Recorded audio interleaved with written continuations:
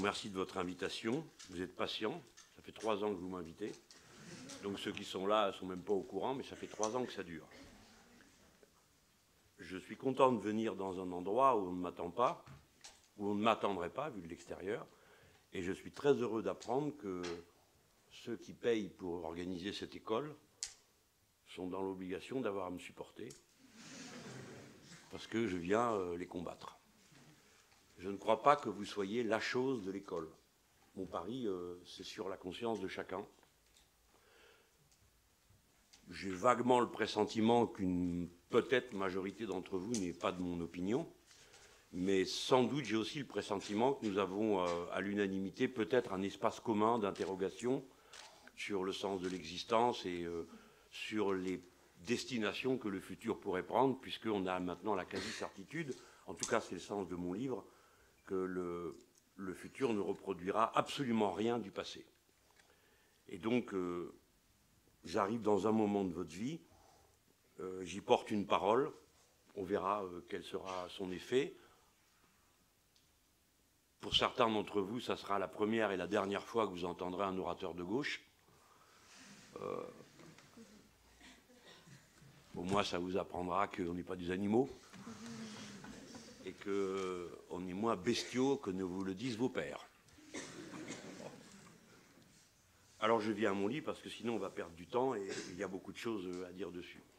Le livre s'appelle L'ère du peuple et c'est une projection sur notre futur immédiat. Pour moi, il n'y a pas d'action politique cohérente au sens de la tradition politique à l'intérieur de laquelle je m'inscris, qui est une tradition révolutionnaire. Le mot révolutionnaire, naturellement, gagnerait à être défini dans le temps long. Quand l'empereur Marc Aurèle se demande quelle est la légitimité de son pouvoir et qu'il pense que c'est en étant un bon philosophe qu'il fera un bon prince, il est révolutionnaire dans une époque où la légitimité du pouvoir ne cherchait pas à se définir par autre chose que par l'usage de la force, et ainsi de suite. Tous ceux qui ont une interrogation sur l'ordre établi et viennent à imaginer qu'un autre monde est possible se trouvent dans la logique révolutionnaire. Le mot fait un peu peur, alors c'est bien, ça fait réfléchir. Personnellement, en matière de combat politique, je suis pour la stratégie dite de la conflictualité.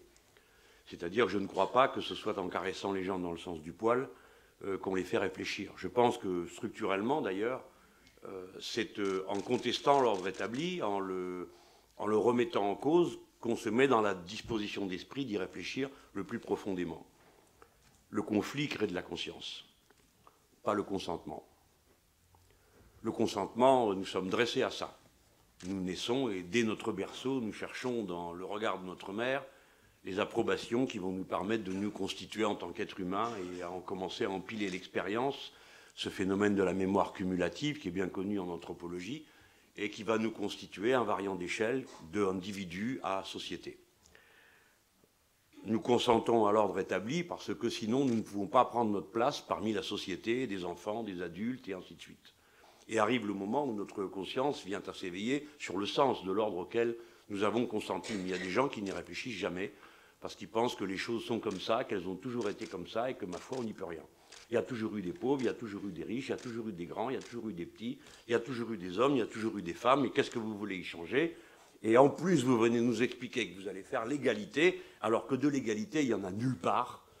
Parce qu'il y a des petits, il y a des gros, il y a des riches et des pauvres, il y a des hommes et des femmes, etc., etc., etc. Donc tout ordre politique qui aurait pour objectif l'égalité entre les êtres humains est forcément une violence contre l'ordre de la nature. Et donc, par nature, les gens comme moi sont des violents. En tout cas, ils en sont accusés.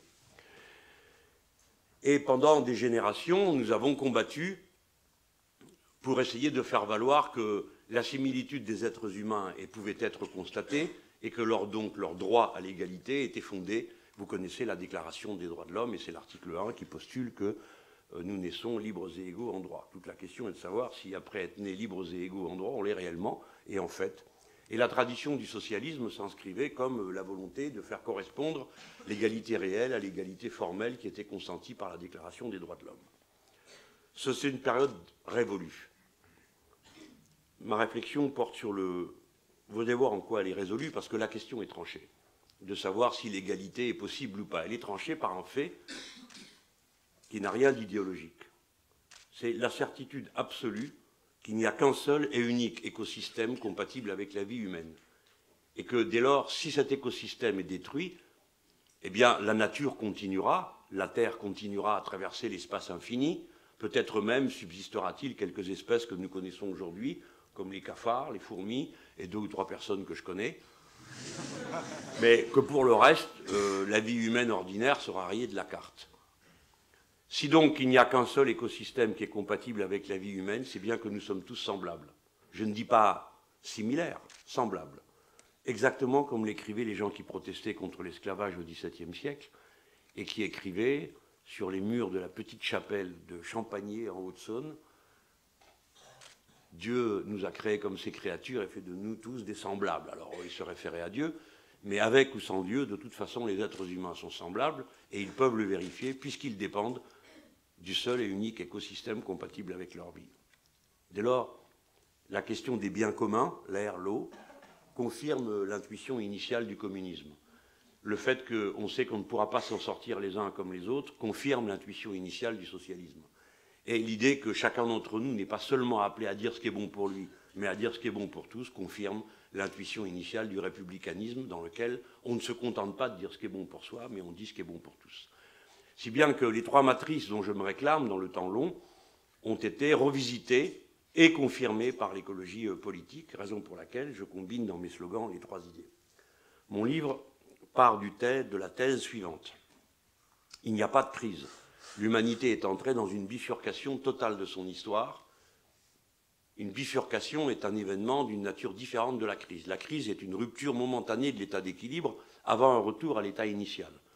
Plus jamais nous ne reviendrons à l'état antérieur, pour plein de raisons, ni sur le plan écologique, ni sur le plan économique, ni sur le plan anthropologique. J'avais essayé maintenant de serrer, parce que ce qui se dit en 140 pages ne peut pas se dire en 140 minutes. Il faut donc choisir. Je vais évoquer 3 bifurcations fondamentales. La première, c'est celle dont vous êtes des praticiens. C'est celle de la sphère économique. Pour la première fois dans l'histoire de l'humanité, la valeur d'échange s'est émancipée de toute valeur d'usage. Tant et si bien qu'à la faveur de divers mécanismes sur lesquels je ne m'attarde pas, mais qui tous ont à voir avec la préservation de la domination de la puissance dominante, une masse considérable monétaire a été émise, puis ensuite confortée par l'émission d'autres masses monétaires considérables, sans aucune contrepartie matérielle. Si bien que le rapport entre les échanges réels et les échanges fictifs ou financiers est de 1 à 100 aujourd'hui. C'est du sans précédent dans l'histoire humaine. Cette immense bulle financière vient à tour de rôle gonfler ici ou là tel ou tel secteur d'action, tel ou tel secteur d'accumulation, et naturellement à éclater en entraînant à chaque fois des pertes considérables de valeur qui peuvent ou détruire totalement l'économie réelle, ou faire souffler sur elle une sorte de vent comme celui que nous avons connu en 2008 après la crise des subprimes. Ce que nous savons et que nous pouvons observer, c'est que les cycles des crises du capitalisme, qui sont constantes, le capitalisme n'a jamais été un système stable, mais les crises se rapprochent les unes des autres, deviennent de plus en plus fréquentes et de plus en plus destructrices à mesure que l'univers entier est englobé dans une seule et même réalité, ce qui est aussi un fait nouveau de l'histoire. La mondialisation n'est pas un fait nouveau de l'histoire. L'Empire romain était une mondialisation, tous les empires de l'Antiquité étaient des mondialisations, c'est-à-dire l'unification politique ou commerciale du monde connu à l'époque. Ce qui est absolument et radicalement nouveau, c'est que chacun d'entre nous est connecté à la sphère globale qui couvre l'espace de la Terre entière, de la planète entière, sous la forme des petits bits qui se trouvent dans les ordinateurs, par l'intermédiaire de nos cartes bancaires et du fait que toute valeur est enregistrée et circulante à l'intérieur de la bulle financière.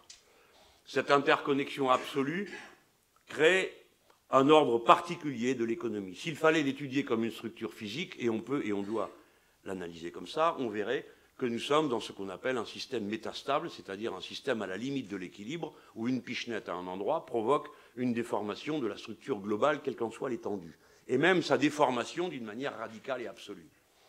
Cette nouveauté de la financiarisation de l'économie, je n'en dis pas plus pour l'instant, peut-être que tout à l'heure vous m'interrogerez dessus, donne comme exigence de dégonfler radicalement la bulle et de définanciariser l'économie, c'est-à-dire de cesser de faire dépendre l'économie réelle des mouvements de la bulle. en sachant que la bulle se comporte comme une espèce de cancer sur l'économie réelle, et où vous voyez des masses considérables de capitaux être édités sans jamais revenir dans l'économie réelle. Par exemple, le banquier central européen a édité 2800 milliards d'euros depuis l'année 2008, si mes souvenirs sont bons, et vous n'en avez pas vu un seul revenir dans l'économie réelle. Le banquier central peut faire le tour des popotes des banques privées pour leur proposer de racheter les titres de dette des États, et les États, les banques refusaient de leur vendre des titres de dette, dont le reste du temps, les mêmes banquiers, les mêmes agences de notation disent que c'est du papier pourri.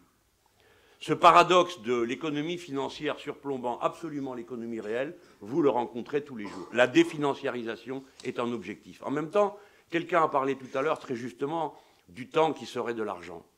Mon livre vous invite à une réflexion sur la nature du temps. Et pour comprendre que, de même que le temps dans l'univers physique est une propriété de l'univers physique et non pas un arrière-plan, le temps dans l'univers social est une propriété du temps social. Si bien qu'à l'époque du capitalisme financiarisé, comme à toutes les autres époques de l'histoire de l'humanité, le temps dominant est le temps des dominants.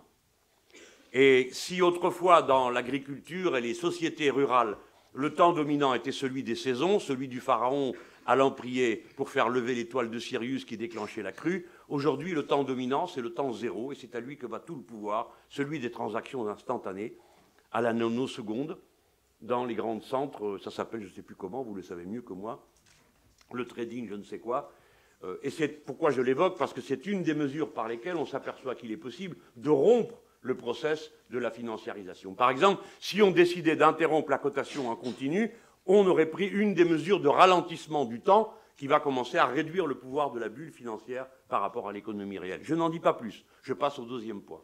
Le deuxième point, c'est que nous avons besoin de cette masse de capital, pas seulement pour empêcher l'économie réelle de s'effondrer, mais parce que nous avons besoin de masse d'investissement pour réaliser une opération qui est incontournable.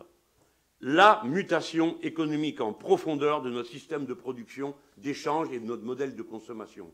On ne peut plus continuer, que ça vous plaise ou pas, quelle que soit la nature de votre école et de votre enseignement. Il est impossible de continuer à fonctionner sur une économie de la frustration qui pousse à consommer toujours davantage des objets dont l'utilité sociale ou l'utilité intellectuelle n'est pas prouvée et qui ne servent qu'à une seule chose, provoquer du désir et de la frustration pour qu'on les achète. Il n'est plus possible de continuer à prendre sur la nature davantage que ce qu'elle est capable de reproduire. Et pour changer le mode de production qui nous a amenés jusqu'à ce point où nous sommes en dette écologique chaque année, quelques jours plus tôt dans l'année, c'est-à-dire qu'on est passé du 20 décembre au 19 août, le moment à partir duquel la Terre n'est plus en état de reconstituer ce qu'on lui a pris. Eh bien, cette dette écologique, pour en sortir, exige une mutation de l'appareil de production. Pour ça, il faut des capitaux. Et ces capitaux ne peuvent pas rester à espérer des taux de profit qui dépassent les 2 chiffres dans la bulle financière. Il faut qu'ils consentent à accepter ce qui était d'habitude, et à supposer qu'on continue avec le capitalisme, qui était la prédation du passé. J'ai connu, il y a bien longtemps, une période où on considérait que du 4 ou du 5% était une escroquerie et un vol à main armée contre les travailleurs. Car naturellement, le capitalisme est un système qui fonctionne d'abord sur la prédation du travail gratuit. J'espère que vous le savez tous. Le grand système de la gratuité, c'est le capitalisme, puisqu'il vit sur le travail gratuit, confisqué et approprié de manière privée. En attendant, nous avons besoin de cette masse de capitaux pour changer la manière de produire, pour changer les outils de production, pour changer ce que l'on va produire. Et nous avons besoin d'une société plus sobre en consommation, le contraire de ce que vous apprenez. Ce changement climatique qui met à l'ordre du jour l'inscription de la règle verte. On ne prend pas plus à la nature que ce qu'elle peut restituer. Et la planification écologique, où vous retrouvez pour la 2e fois la question de la maîtrise du temps. La planification, c'est seulement la propriété collective du temps, du futur. Le capital s'est approprié le temps court puisqu'il en vit, et il impose ce rythme à tout le monde. Et ceux qui ne le savent pas dans cette maison, c'est qu'ils ont quelque argent de côté. Mais par la dette, le capital s'approprie la possibilité de gouverner les États. Et par la dette, le capital s'approprie votre futur et le droit de gouverner vos vies. Et vous verrez comment, peut-être, la prochaine crise financière absolue qui aura lieu aux États-Unis d'Amérique viendra de la dette des étudiants, parce qu'on leur a fait, en quelque sorte, payer leurs études par l'emprunt, puisque ce système ne distribue pas de valeur, ne distribue pas de salaire, il distribue du crédit essentiellement. Eh bien, ces crédits, à un moment ou à un autre, doivent être vérifiés, et ça met toute l'économie à la merci des tribulations d'une existence que l'on commence par une dette. Ce changement dans l'ordre de la production, que ça plaise ou pas, nous devons le faire. Et si nous ne le faisons pas, il se fera quand même. Parce que l'ordre des choses bute sur un nouvel état de la condition humaine. Les sociétés humaines étaient essentiellement des sociétés rurales, il y a encore un demi-siècle. Ce sont maintenant des sociétés radicalement urbaines, avec d'immenses réseaux d'êtres humains mis en réseau. Le réseau de l'eau potable, le réseau de l'électricité, le réseau du gaz, créant, que l'on soit producteur ou pas, salarié ou pas, une espèce d'interdépendance matérielle entre tous les êtres humains englobés dans ces réseaux. Et parmi tous ces réseaux, il y a le réseau communicationnel, celui que vous connaissez avec vos Facebook, où nous sommes 30 millions connectés, et d'une manière générale, 3,5 milliards de personnes connectées par Internet, c'est-à-dire la moitié de la population humaine. Ça aussi, c'est un fait sans précédent par rapport aux âges profonds où une lettre pouvait mettre un mois pour arriver, ou, ne disons rien, des signaux de fumée qui ont été les premières manières de se connecter les uns aux autres. Cet état radicalement nouveau tombe sur un monde radicalement neuf. Vous n'en avez pas conscience parce que nous vivons dans des sociétés plutôt âgées. La moitié de la population du monde a moins de 25 ans. Un quart de la population du monde a moins de 15 ans. Ce qui signifie deux choses quand vous considérez le nombre total. Premièrement, que l'immense majorité de la population humaine est en état d'apprentissage sur la manière de s'insérer dans le monde qu'il trouve. Deuxièmement, que la question de ce que nous transmettons est posée. Et nous transmettons une manière de regarder le monde qui ne correspond plus au monde réel dans lequel les gens vivent. Ensuite, cette population jeune, en train de s'insérer dans un monde qui, lui, est en voie de désagrégation, vit dans des conditions qui n'ont jamais été connues par aucune génération précédente. Le 60% de l'humanité, ou le 80%, pardon, c'est lire et écrire, et compter. Et donc, est dans une situation où il s'approprie le passé par la lecture, le futur par le calcul, ce que des générations et des générations n'ont jamais connu avant. Si ça ne vous suffit pas à comprendre ce qu'est une modification anthropologique, imaginez un seul instant ce qu'est la vie des hommes et des femmes quand on ne connaît pas la contraception ou l'interruption volontaire de grossesse. Dès lors que l'on connaît la contraception, une aptitude physique cesse d'être un destin social. C'est un fait radicalement nouveau dans l'histoire humaine. 60% des femmes, naturellement il en reste 40% qui n'y ont pas accès, ont accès à des moyens de contraception. Imaginez-vous maintenant que la même aventure survienne avec une pilule contre la mort. Je pense qu'alors tout le monde comprend ce que peut être une bifurcation anthropologique, c'est-à-dire un changement radical de la condition humaine.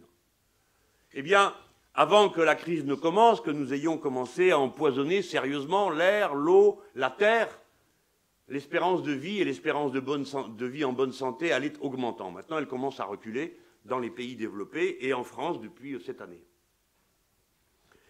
Mais à tout cela s'ajoutera le fait que comme les êtres humains sont de plus en plus nombreux, alors la prédation qu'ils exercent sur la nature va, si on continue avec le même mode de production, accélérer les phénomènes extrêmes de dérèglement de l'écosystème et d'abord du dérèglement climatique. Le dérèglement climatique est commencé. Ce n'est pas une hypothèse. La question qui vous est posée, ce n'est pas de savoir si ça va avoir lieu, c'est qu'est-ce que vous allez faire maintenant que c'est commencé. Maintenant que c'est commencé, que les glaces ont commencé à fondre, le niveau de la mer a commencé à monter, il écrase le méthane qui se trouve au fond de la mer, lequel remonte et aggrave l'effet de serre.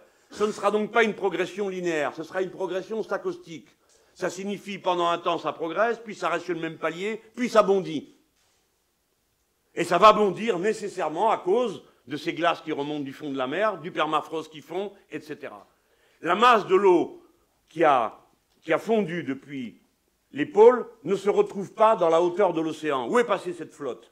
On le sait maintenant parce qu'on a combiné le regard de deux satellites, celui de l'Europe et celui des États-Unis d'Amérique, et nous savons que 20% de l'eau qui a monté est passée directement dans la Terre qui l'a absorbée comme une éponge. Ce qui signifie que la salinité des nappes phréatiques va augmenter. Et les ressources d'eau que vous aviez pour les générations futures vont être mises en cause. Que vous le vouliez ou non, les dérèglements et les événements majeurs vont se produire. Les typhons, les événements climatiques extrêmes, pour l'instant, ça passe sur la Louisiane, tout le monde s'en fout, ils peuvent crever. Mais le jour où ça passe sur New York, ou si ça passe sur un grand centre, à ce moment-là, c'est tout qui est changé. 8 grandes métropoles mondiales sont au bord de l'eau. Au bord de l'eau, il y a toujours eu des grandes vagues.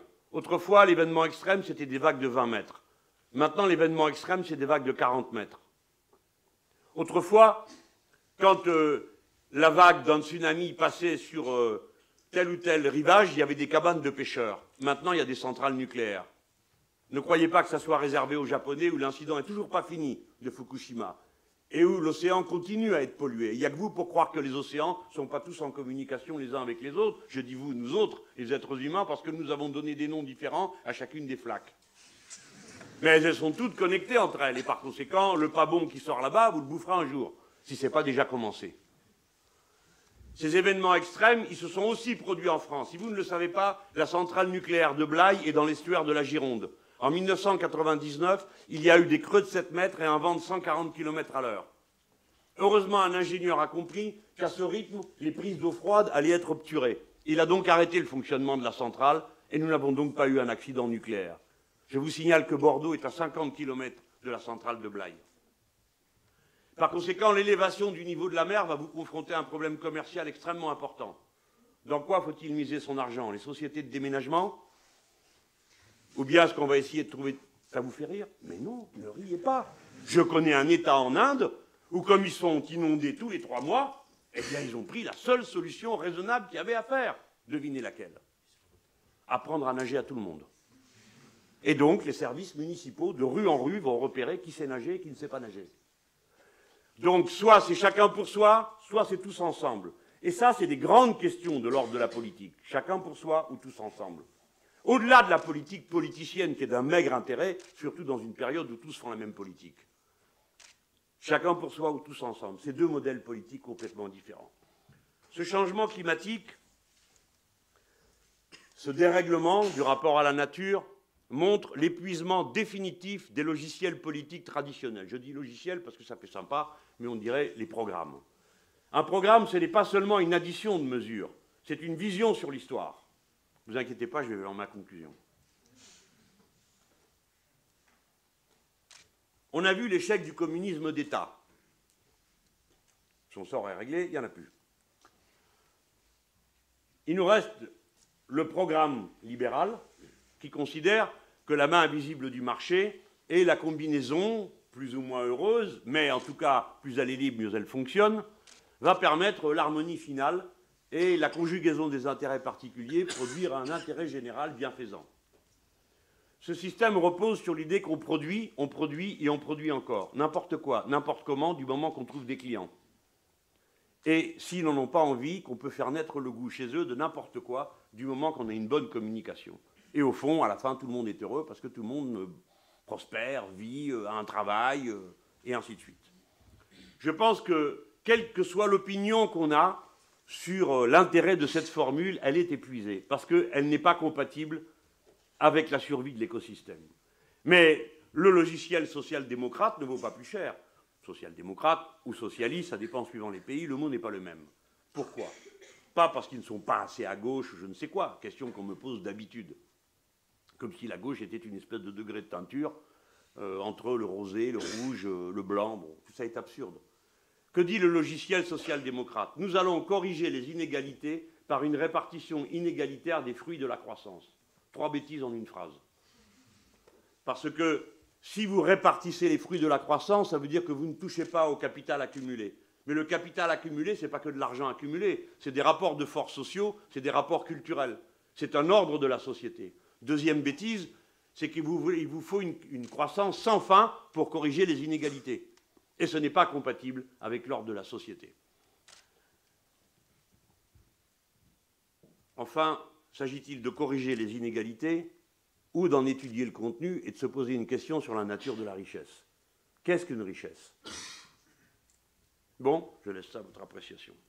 En tout cas, ces logiciels sont en échec. Pour ma part, je me réclame de la doctrine de l'écosocialisme. Et le livre, L'ère du peuple, essaye de montrer pourquoi l'écosocialisme n'est pas une utopie parmi d'autres, même si je suis parfaitement conscient du fait que mon document contient des utopies marquées par une époque et un homme, et une trajectoire de vie, une manière de me projeter sur une espérance d'un meilleur futur qui n'est peut-être pas la même que la vôtre.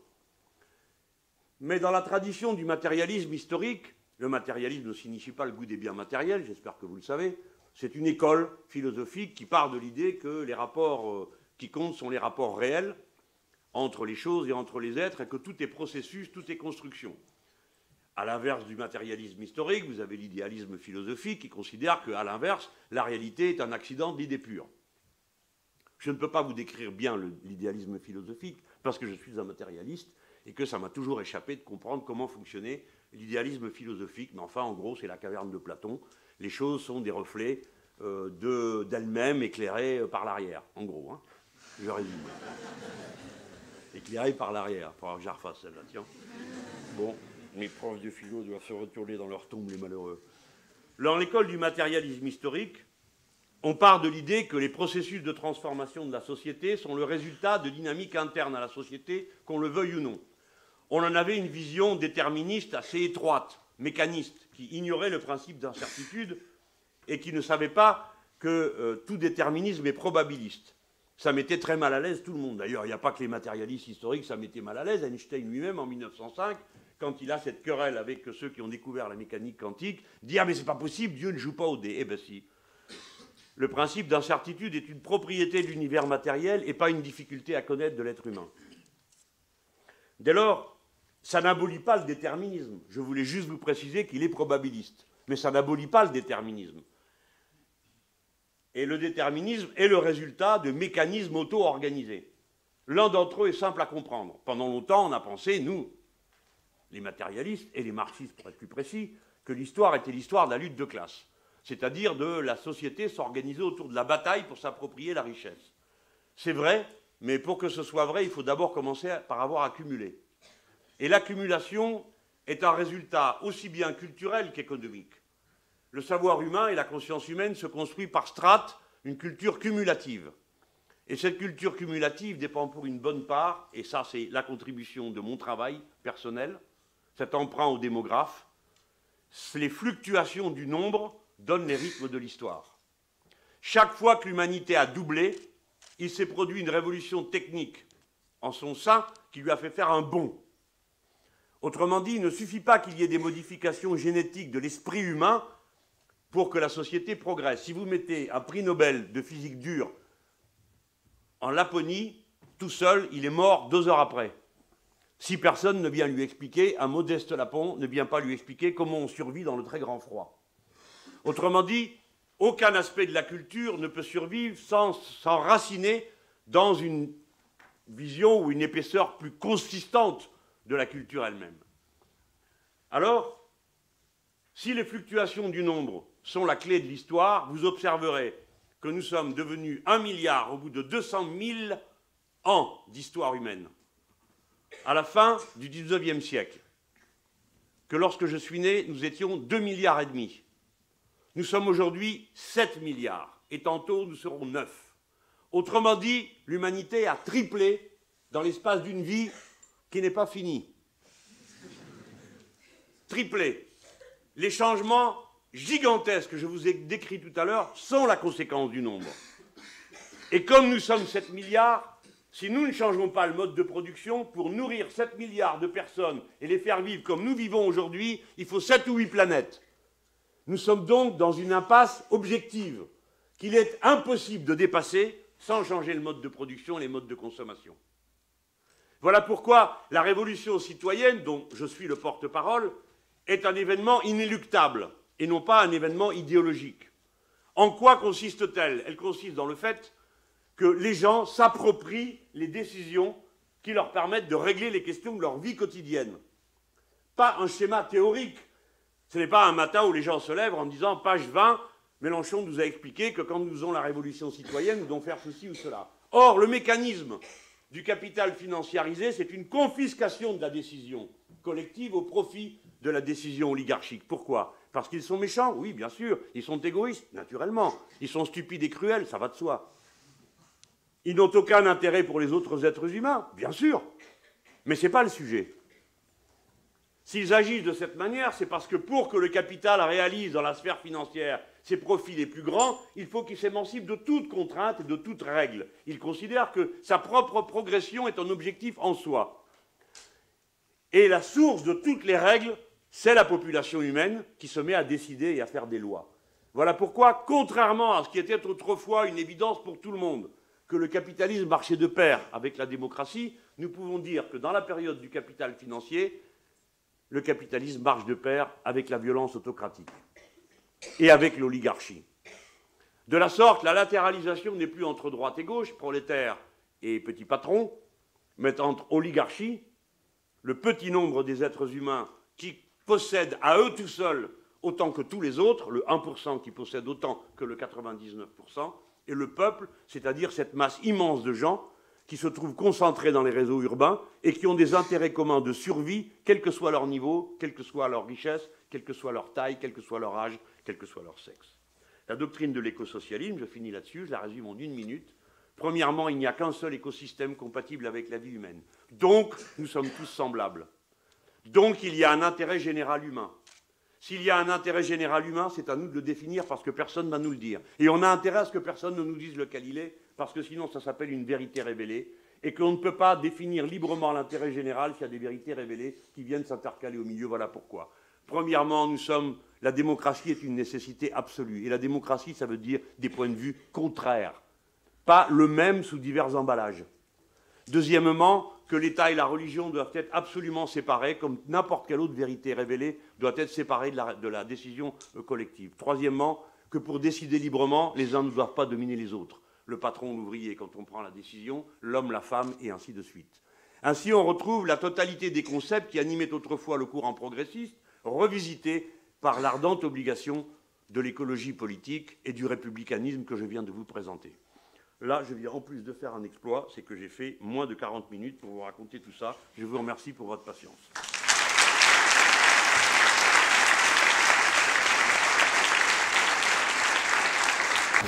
On va commencer avec une question sur les médias. Donc, considérez-vous que vous avez une relation conflictuelle avec les médias? Est-ce que j'ai une relation conflictuelle avec les médias? Oui. On a entendu la question? Oui. Et moi, comment je fais pour répondre? Ça marche, là? Ou pas? Là, ça marche, voilà. Hein? Alors, la question est, est-ce que j'ai une relation... Quoi? C'est quoi? Conflictuelle avec les médias? Oui, et volontairement. C'est-à-dire que ça ne résulte pas d'une... Il y a évidemment des gens qui sont odieux dans ce milieu, mais bon, pas plus qu'à la moyenne. Si un peu plus, parce que la plupart de ceux que vous voyez ont réussi à égorger tous ceux qui sont en dessous, donc on ne peut pas dire qu'ils sont là par hasard. Mais je mets de côté ces plaisanteries, ce n'est pas le sujet. Vous devez savoir que, je le mentionne très rapidement, je suis inscrit dans une action collective. Je ne suis pas un individu tout seul. Nous sommes nombreux sur la surface de la planète à réfléchir et à nous poser les questions de savoir quelle est la bonne stratégie pour subvertir l'ordre actuel. Nos observations dans les différents pays où nous avons réussi à la fin, ou à gagner, ou à nous approcher du pouvoir, est que la bonne ligne stratégique est que c'est le conflit qui crée de la conscience. Et nous avons observé que dans la plupart des pays que nous connaissons, en réalité, les partis conservateurs n'ont aucune espèce d'action populaire discernable. Que le seul parti d'opposition à nos gouvernements, ou le seul parti de maintien de l'ordre, c'est le parti médiatique. Les médias débitent du matin au soir et en permanence un ordre des choses, avec un ordre lexical, un ordre sémantique, un ordre du vocabulaire, et reproduisent sans cesse la même vision du monde. Elles ne travaillent pas dans les détails, encore que, mais elles travaillent dans ce qu'elles fabriquent, dans nos têtes. Nous savons, depuis Bourdieu, nous savons depuis Alain Accardo, que nous ne sommes pas conditionnés par l'idéologie dominante comme on le croyait au XIXe siècle et une bonne partie du XXe siècle. Nous adhérons avec enthousiasme à l'idéologie dominante et aux normes dominantes. Nous achetons les produits qui nous valorisent aux yeux des autres ou qui nous valorisent à nos propres yeux parce qu'on nous a dit que ce yaourt n'est pas du yaourt, mais de la minceur, d'ailleurs c'est écrit dessus. Ou que telle ou telle crème va nous produire ceci ou cela, que telle ou telle voiture va nous donner tel ou tel statut. Donc nous ne sommes pas conditionnés, nous sommes englobés. Et il y a entre les grands rouages macroéconomiques et les micro-rouages intimes une continuité absolue. Et les médias sont la deuxième peau du système, celle qui va en protéger la vision crue. Si vous enlevez leurs belles paroles, vous ne voyez plus que la réalité crue. Et dans cette réalité crue, il y a violence, il y a exploitation, il y a ignorance absolue de toute une série de valeurs qui structurent la vie ordinaire des gens, comme l'altruisme, la tendresse, l'amour, la fraternité. Toutes ces valeurs sont absentes de la sphère médiatique qui ne met en scène que le lien social du XXIe siècle, avoir peur tous ensemble. Peur de tout. Le lien social est la peur. Donc le système médiatique doit être combattu sans cesse. Naturellement, beaucoup de gens, suivant leur origine sociale, vivent cette conflictualité plus ou moins péniblement. Ceux à qui souvent il manque les mots pour assumer le conflit, et à qui des fois il ne reste que la violence, ou bien à qui il ne reste que la manière un peu confuse de protester, ne sont pas choqués par le conflit. Mais dans les catégories sociales où il n'y a pas d'ambition collective et où il n'y a que des ambitions individuelles, dans la classe moyenne et classe moyenne supérieure surtout, où le rapport au corps est mis à distance, où l'on ne va pas à une réception si l'on est malade, où l'on tousse dans sa main, où l'on ne rit pas à gorge déployée, où on a en place toutes ces habitudes, tous ces codes de modération, pour les garçons comme pour les filles. Les décibels sont très mal vécus. Et par conséquent, à cela, nous paraissons toujours excessifs, toujours trop violents, toujours trop polémiques. Pourquoi vous énervez-vous alors que vous pourriez dire les choses plus calmement, n'est-ce pas? Mais justement, oui, mais si je le disais calmement, personne ne les entendrait. Et moi, je mise sur l'intelligence de celui qui m'écoute et qui va dire « il exagère ». Oui, j'exagère. Mais moi, je fais confiance à ceux qui ne vont pas s'arrêter à l'apparence. Parce que je me dis, si ceux-là qui ont tant d'intelligence et de savoir cumulé ne sont pas capables de faire la part des choses, alors on fera sans eux. Par contre, tous les autres ont besoin d'être mis en alerte. Voilà pourquoi la conflictualité n'est pas le résultat d'une pratique mal maîtrisée. C'est une volonté délibérée. Quant à mes adversaires, depuis un siècle, ils ont toujours mis en scène l'homme de gauche comme une bête. Le grand Jaurès est représenté, la barbe hirsute, une bouteille de vin dans la poche, les yeux en sang. Et dans tous les pays du monde, les leaders de l'autre gauche sont présentés comme des animaux violents et leurs compagnes comme des salopes. C'est-à-dire que la bestialisation de l'homme est dans l'agressivité et la femme toujours dans sa féminité. Personne n'est traité aussi mal que le sont nos compagnes et nos dirigeantes. Madame Christina Kirchner a été représentée en train de se masturber à la une de Clarín, journal aussi important que Le Monde en Argentine. Le même épisode est arrivé à ma camarade Pilar, qui organisait la négociation du gouvernement colombien avec les FARC. Nous sommes toujours traînés dans la boue. Celui qui croit qu'il va avoir le consentement de l'ordre établi et des belles personnes qui vont dire « Ah, mais qu'est-ce que vous êtes cultivé, ah, qu'est-ce que vous êtes intelligent, monsieur Mélenchon, ça vaut la peine que je lise votre livre », se trompe lourdement. Aucun ne lira plus que les 3 premières pages et les passages surlignés où il est possible de me taper comme agressif, excessif, etc. Et je dois, moi, mener mon combat dans cette ambiance-là, en envoyant des signaux à des gens qui vont les entendre, les repérer. Et voilà pourquoi, après 5 ans de Mélenchon bashing, qui a commencé en 2010, eh bien, je suis toujours là. On va poser une question un peu plus d'actualité. Vous avez, on l'a évoqué plusieurs fois, proposé votre candidature à la présidentielle de 2017 la semaine dernière sur le plateau de TF1. Néanmoins, une question subsiste, puisque vous êtes pour l'instant le seul candidat qui se présente sans parti. Est-ce que cela répond-il à une stratégie précise? Quel est l'objectif de cette candidature sans parti? Oui, c'est une stratégie. Nous avons, au cours des 20 dernières années, assisté à l'effondrement de tous les courants progressifs du vieux continent. Je ne vais parler que du vieux continent et très rapidement. Les mouvements communistes se sont effondrés partout. Et le plus puissant parti communiste d'Europe occidentale, qui était le parti communiste italien, s'est transformé en parti della sinistra avant de devenir le parti démocrate dirigé par un démocrate chrétien. Évidemment, tout le monde a vu la chute du mur de Berlin et l'effondrement du communisme. C'est un événement énorme, gigantesque. Mais qui a vu l'effondrement de la social-démocratie? Il est pourtant tout aussi réel. Les partis sociaux-démocrates se trouvent alliés à des partis de droite dans la moitié des pays où ils gouvernent. Dans les autres, ils n'y sont pas parce qu'ils ont été éradiqués. Et le plus grand parti social-démocrate d'Europe, c'était le parti social-démocrate allemand.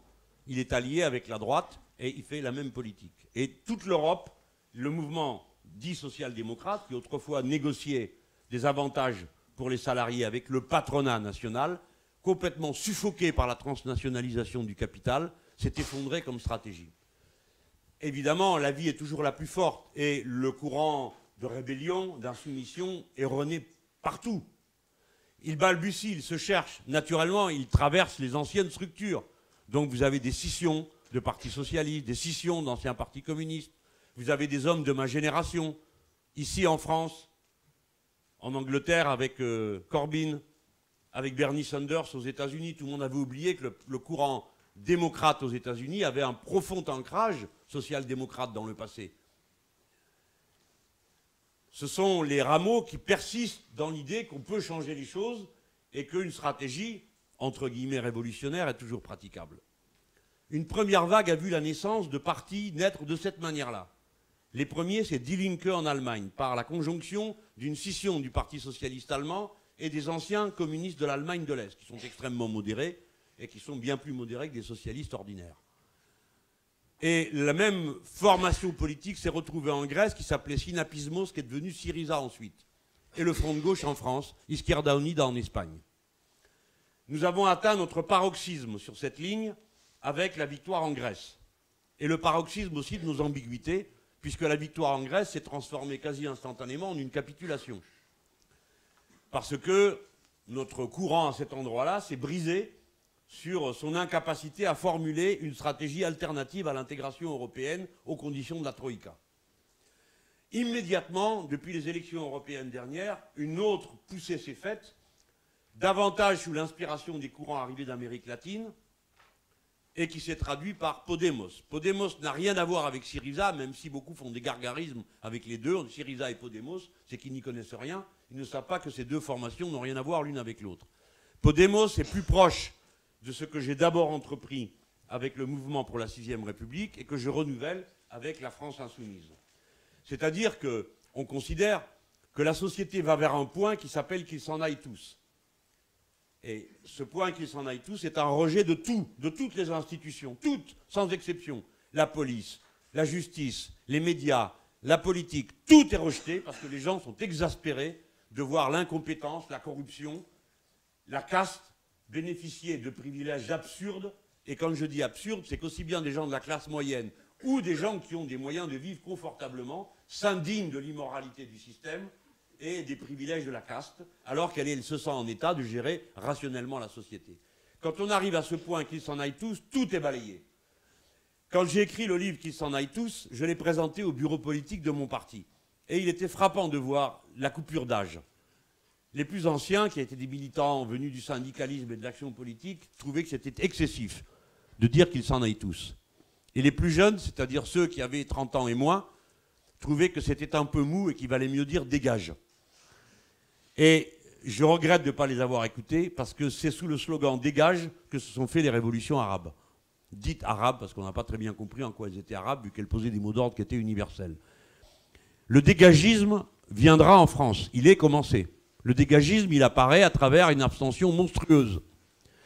Et donc, la réponse de la France insoumise, c'est de miser sur ceux qui refusent l'ordre, tel qu'il est, sans leur demander leur carte de parti avant, sans leur demander d'où ils viennent, quelle est leur religion, à quoi ils croient ou à quoi ils ne croient pas, mais qu'ils vont se fédérer sur des intérêts communs d'intérêt général.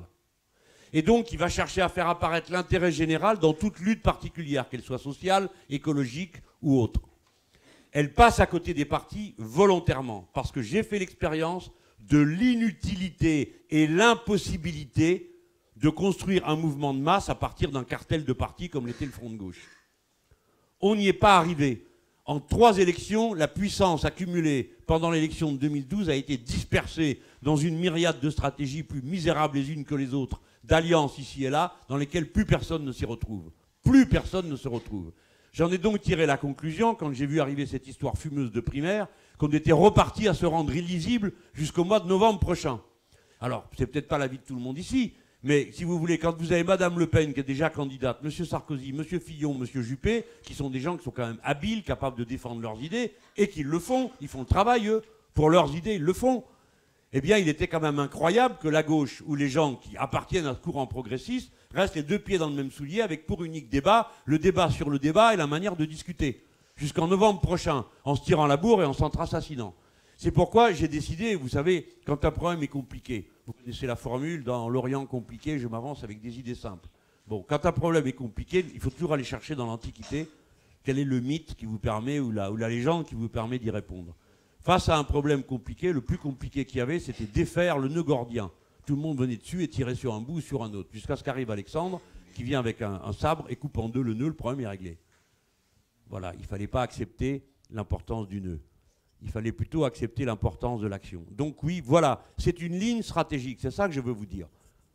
C'est pas que je suis seul, j'ai jamais été seul. Le dernier qui m'a dit que j'étais seul, c'est M. Cahuzac sur un plateau de télé.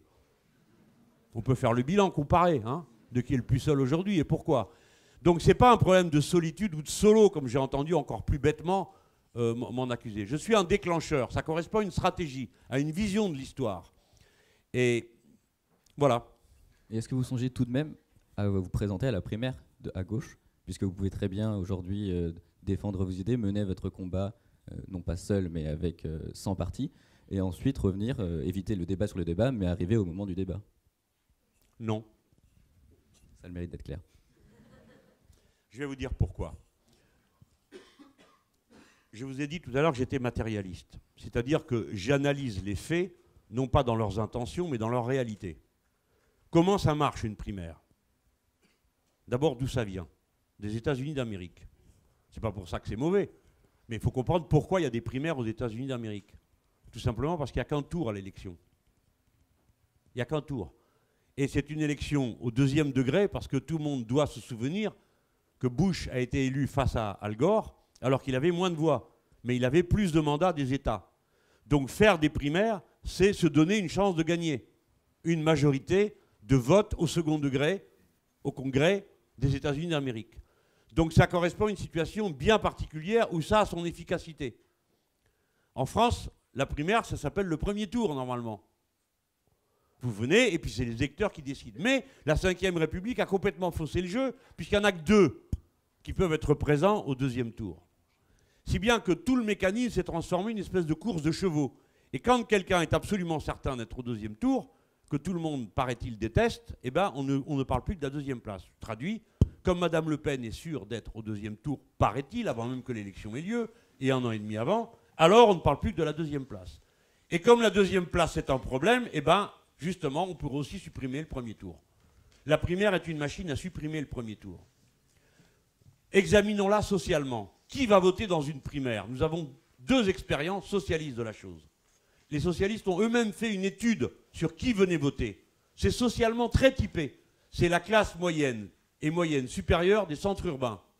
Pardon, mais ce n'est pas cela que je représente d'abord. Et puis tout le monde me dit, c'est pour remettre le peuple en mouvement. Ah bon? Le peuple va se remettre en mouvement pour aller participer à une pouille pareille? Non. C'est pas la gauche en son absolue sagesse qui, après s'être emberlificotée entre elles, va remettre le peuple en mouvement. Moi, je fais le pari inverse. Si jamais la gauche est capable de ressortir des catacombes, c'est parce que le peuple va se mettre en mouvement. Et qui mettra tout le monde au pied du mur de choisir entre ce qu'il demande et ce que veulent les appareils politiques. Il y a un problème de quoi? De micro? Je termine.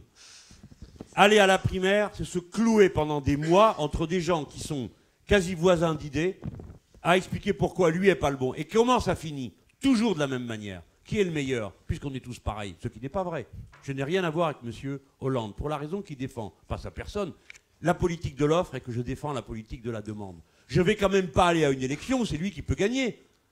Parce que s'il gagne, ça veut dire que je suis loyal, je vais le soutenir. Alors je viens pendant des heures, des années expliquer aux gens que cette politique ne vaut pas un clou. Et ensuite, je suis rangé derrière. Bon, donc ça ne tient pas debout. Ça n'est pas honnête, ça n'est pas loyal comme procédé politique. Et c'est la raison pour laquelle je ne suis pas d'accord pour y participer. Et je crois que, vraisemblablement, elle est très mal engagée. Mais chacun fera comme il veut. À partir du moment où le Parti socialiste tout entier s'approprie la primaire de toute la gauche, que vous y retrouvez une substance politique aussi flasque et évanescente que Europe Écologie Les Verts. Écoutez, on peut quand même partir des faits, non? Il y a eu une réunion à la Bellevilloise. Au premier rang, il y avait Madame Cos, qui disait qu'on organisait les primaires pour éviter d'avoir à voter pour Hollande. Et maintenant, elle est ministre. 8 jours après, comment voulez-vous que je prenne au sérieux des gens pareils? Moi, je joue pas. Je m'en fous, je pourrais rester chez moi. Hein. Ça va, ma vie est faite, ma gloire est assurée. Mais tout ce que je représente, dont j'ai la responsabilité. Parce que les gens, ils se disent, qu'est-ce qu'il dit Mélenchon? Des braves gens. Qu'est-ce qu'il dit? Qu'est-ce qu'on fait? Eh, il faut que je trouve, il faut que je dise, on va faire ci, on va faire là. Parce que j'ai représenté à un moment donné 4 millions de personnes. Moi, je suis un homme de devoir. Je me sens responsable. Je joue pas, mais sinon, vous savez, très facile pour moi. Hein. Je m'en vais faire l'idole. Ils m'attendent tous, hein. Ils me dansent la danse du ventre pour que je vienne me faire massacrer à leur primaire. Mais venez, venez. Venez parler avec nous. Ah oui, mais pas d'Europe, hein, parce que ça fâche tout le monde. Non, pas de la monarchie présidentielle, c'est nous qu'on est au pouvoir. Non, parlez pas du nucléaire, misère de misère. Vous voulez vous battre avec tout le monde. Donc parlez de rien, monsieur Mélenchon. Et de toute façon, on ne votera pas pour vous. Pourquoi? Parce que les sondages vont dire qui est le mieux placé pour battre au deuxième tour, je ne sais qui. Un tel. Celui dont on ne voit pas très bien les bords. Le plus mou de la bande. Le plus flou. D'accord? On a déjà eu une fois ça va, pas deux. Très bien, monsieur. On va passer à un autre sujet sur l'Europe. Donc le Si on peuple peut est en pour parler vous de l'Europe. un levier central de votre idée pour la France. Pensez-vous que pour réenchanter l'Europe, il faut mettre le peuple au centre de l'idée européenne ou s'affranchir de certains que vous nommez Madame Merkel? Moi, j'ai été un Européen convaincu et ardent.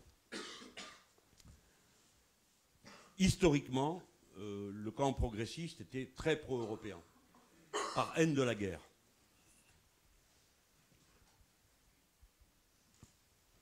J'ai même été jusqu'à une date assez récente fédéraliste.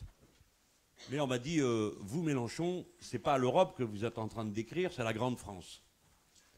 C'est-à-dire que tout pouvoir est soumis à un Parlement, et alors en plus on se fichait de moi en disant, ben, si c'est pour faire la 5e République à échelle de l'Europe, merci, mangez tout seul. Car le régime présidentiel français est une exception en Europe. Hein. L'Europe, elle s'est faite par tranches successives, et puis elle a connu à un moment donné une sorte d'emballement. Le mur de Berlin est tombé, on a intégré d'un coup 10 pays dans l'Union européenne, qui tous avaient d'abord signé à l'OTAN, et la nature de l'Europe s'est transformée. Ce n'est plus la même chose que nous désignons par le même nom. L'Europe des 6, des 12, des 16, ce n'est pas l'Europe des 28. Entre-temps, des traités ont constitutionnalisé un ordre économique que je juge absurde. Celui des frontières ouvertes sur le monde sans protectionnisme européen, celui de l'interdiction de l'harmonisation sociale, qui organise un dumping social généralisé, celui de l'interdiction de l'harmonisation fiscale, avec les conséquences que vous connaissez tous, qui s'additionnent à la fraude fiscale, parce que c'est deux sujets différents, dont on dit qu'elle est égale à 2000 milliards. Par conséquent, la construction européenne est condamnée. Elle va exploser, on ne sait pas quand. Mais elle va exploser. D'abord parce que vous aurez des Brexit autant qu'il y a de pays. Ensuite parce que l'euro peut s'effondrer. C'était une monnaie nouvelle et elle a des causes structurelles de fragilité. Enfin parce que la tension entre les nations et dans les nations est terrible. Un continent de 450 millions de personnes qui est incapable d'intégrer plus de 297 migrants pour les loger, sur les 120 000 qui se proposaient d'installer, sur le million qui est arrivé, c'est une structure bureaucratique qui est autocondamnée, quoi. Si même ça, on n'est même pas capable de le faire, on n'est capable de rien.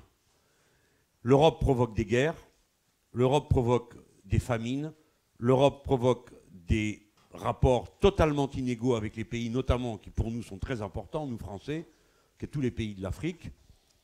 Et combiner les guerres, les traités inégaux et le dérèglement climatique qui va mettre 250 millions de personnes dans les rues, enfin dans les rues, là où ils peuvent, les malheureux, nous allons au-devant de grandes commotions. Mais bon, soit on y arrive. Alors comment peut-on y répondre? Je ne sais pas si c'était la question. Nous, les Français, nous pouvons. Nous ne sommes pas dans la situation de la Grèce, qui pèse 2% de l'économie européenne. Nous sommes la deuxième économie du vieux continent et nous serons bientôt la première population. Nous sommes 18% de l'économie européenne. Les Allemands, 20%. L'Allemagne est un pays vieillissant et très mal en point. Ce n'est pas parce qu'elle fait des excédents commerciaux qu'il faut vous laisser impressionner. Structurellement, ce n'est pas impressionnant du tout. Nous étions un pays plus généraliste quant à sa production industrielle. Nous le sommes beaucoup moins maintenant. Mais nous pouvons intervenir. On ne peut pas nous dire non à nous, Français. On ne peut pas nous traiter comme des Grecs, à condition qu'on ait du courage. Donc nous avons une responsabilité historique singulière. Nous pouvons changer les choses. Voilà. Mais seulement, il ne faut pas être des petits garçons qui ont peur de maman Merkel. Et je ne veux nommer personne. Justement, concrètement, on fait quoi avec l'Europe? On sort de l'Union européenne, c'est-à-dire que vous arrivez en 2017 au pouvoir, la France quitte l'Union européenne, où on essaie d'arranger plus ou moins les choses avec l'Union européenne, parce que vous êtes assez fataliste pour l'instant sur la logique de l'Union européenne. Ce qui est marrant, c'est le GMX concrètement. Donc concrètement, je vais vous répondre concrètement. Je ne vous en veux pas, mais c'est pour dire. On oppose toujours à une vision d'ensemble un soi-disant concret. Le concret n'existe pas. Le concret existe à travers les interprétations qu'on en a. Et c'est un matérialiste qui vous parle. L'Europe, c'est une construction politique humaine. Alors, qu'est-ce qu'on fait, nous? Pas en général, nous, Français. Je suis le gouvernement français, je rencontre le gouvernement allemand. Je lui dis, ce que nous avons organisé là ne fonctionne pas pour nous.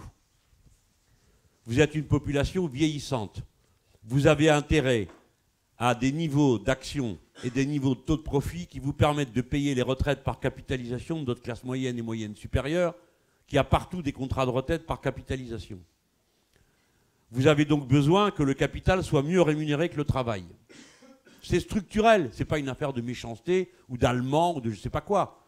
C'est les structures de production et d'échange de ce pays-là. Donc, nous devons changer cette règle, donner la priorité à l'investissement, harmoniser socialement et harmoniser fiscalement. Ce n'est pas très compliqué à organiser. Plus organiser un protectionnisme de la zone euro. Vous voulez? Eh bien, faisons-le. Vous ne voulez pas? Hélas, nous le ferons quand même. Peut-on nous dire non? Ben non. Ce n'est pas possible. Mais on peut essayer de nous dire non. Ça vous fait découvrir au passage que la politique, ce n'est pas seulement qu'une affaire de gentilles personnes qui discutent autour d'un tapis vert de ce qui est mieux. Les pays ont des intérêts, des populations. Et l'art de la diplomatie et de la politique, c'est de faire en sorte que ces intérêts ne débouchent pas sur des chocs violents, mais sur des solutions harmonieuses où on sort par le haut. Voilà pourquoi moi j'ai toujours refusé de fétichiser la question de l'euro et de l'Union européenne. Je ne peux pas, comme Français, parler du problème dans les mêmes termes qu'un Slovène ou qu'un Grec, parce que le rapport de force n'est pas le même. Le rapport de force avec qui?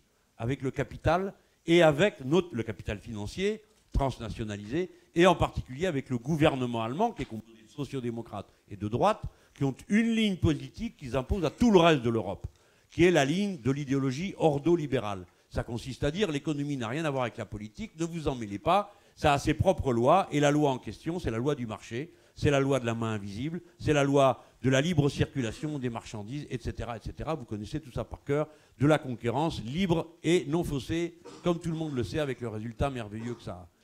Qui est une absurdité à tout point de vue.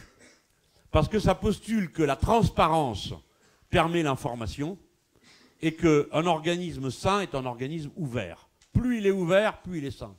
Dans la biologie, un organisme ouvert, il a une caractéristique, c'est qu'il est mort.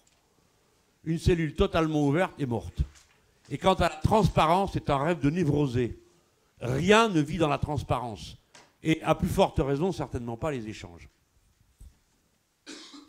Donc justement, vous avez parlé d'économie à l'instant et vous dénoncez les marchés financiers. Vous avez longtemps défendu une politique dite assez expansionniste budgétairement parlant.